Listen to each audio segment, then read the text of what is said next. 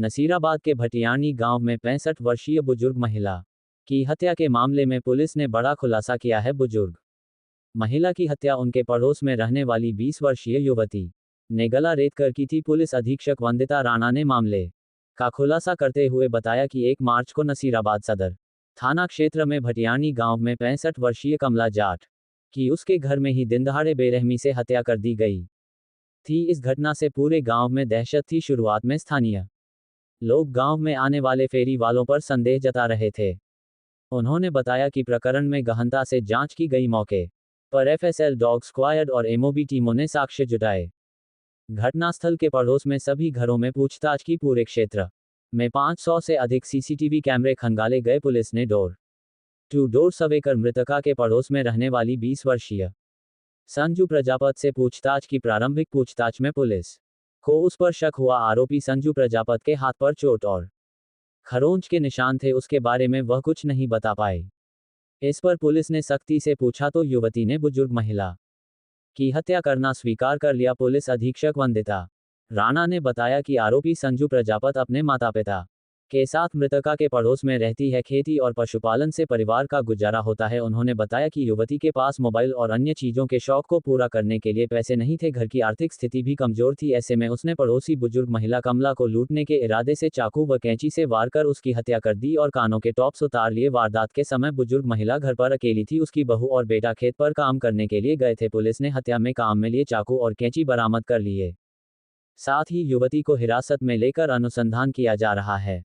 जी जी जैसा कि आप लोग को पता है, दिनांक 1/3/2025 को नसीराबाद सदर थाना क्षेत्र में भटियाणी गांव में एक 65 साल की महिला की हत्या की वारदात हुई थी, जिसके साथ लूट के तथ्य भी सामने आए थे। उसके कानों में पहने हुए कुंडल और गले में पहना हुआ एक पेंडेंट, वो दोनों चीज़ें की साथ में लूट हुई थी। जैसे ही घटना के तुरंत बाद हमने टीम गठित की और टीमें गठित करने के बाद हर संभव प्रयास किया गया कि किस प्रकार से उनको ट्रेस किया जा सकता है, जिसमें बहुत से सीसीटीवी चेक किए गए, टेक्निकल जो भी इंटेलिजेंस है वो डेवलप की गई और इसके साथ साथ जो ऑन ग्राउंड इंटेलिजेंस के ऊपर भी हमारी पूरी टीम काम कर रही थी। इस मैटर में हमें सफलता प्राप्त हुई है और सफलता में पड़ोस में ही रहने वाली एक लड़की, जिसका नाम संजू पुत्री रामदेव जाति प्रजापत है, 20 साल की ये लड़की है, जिसने इस घटना को कारित करना पाया गया और उसने जो घटना में यूज़ किए हुए वेपन थे वो मौके से हम लोगों को पहले ही मिल चुके थे। आगे जो इसका अनुसंधान है वो जारी है। घटना कारित करने का जो कारण है वो पैसों की कमी ही है। वो उसको शौक़ थे, शौक़ पूरे करने के लिए जितने उसे पैसे चाहिए थे उतने उसके पास नहीं थे, तो उसको जो एक वृद्ध महिला जो दिन के समय अकेली रहती थी वो एक सॉफ्ट टारगेट लगी और उसको उसने टारगेट करके इस प्रकार की घटना को अंजाम दिया है। और पूरी की पूरी टीम के द्वारा काफ़ी मेहनत की गई। इसमें विशेष रूप से जो ऑन ग्राउंड इंटेलिजेंस के ऊपर काम करने में कांस्टेबल महेंद्र है, जो नसीराबाद सदर थाने में है, उनकी बहुत अच्छी भूमिका रही।